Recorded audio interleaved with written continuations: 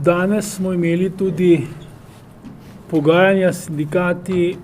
in vlado na temo socialnega sporazuma za izhod iz krize. Mimogrede, razšli smo se z sklepom oziroma usmeritvijo, da bojo predstavniki vlade pridobili mnenje vlade do našega stališča, da mora vlada v tem trenutku pripraviti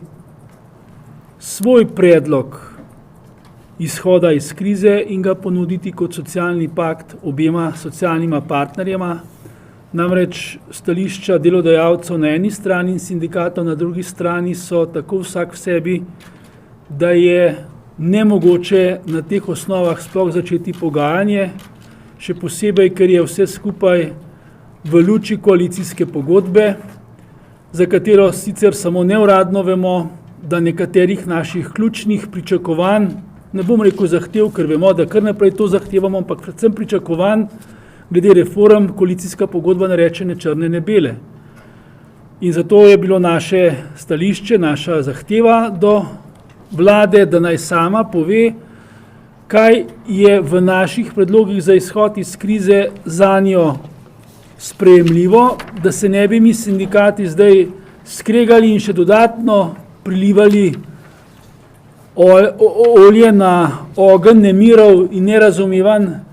naših medsebojnih odnosov, potem bi pa na koncu ugotovili, da koalicija tako ali tako ni imela resnih namenov z reformami. Namreč mi mislimo, da je možno pripraviti nek pakt kot izhod iz krize, samo če delamo to celovito. Recimo s primerom socialne kapice, o kateri smo danes tudi tam eksplicitno govori, o ostalih ukrepih pa ne. Seveda se vsi zavedamo, da je socialna kapica, če bi jo kar takole naredili, nemogoče izpeljati, ker v trenutku izpade zelo veliko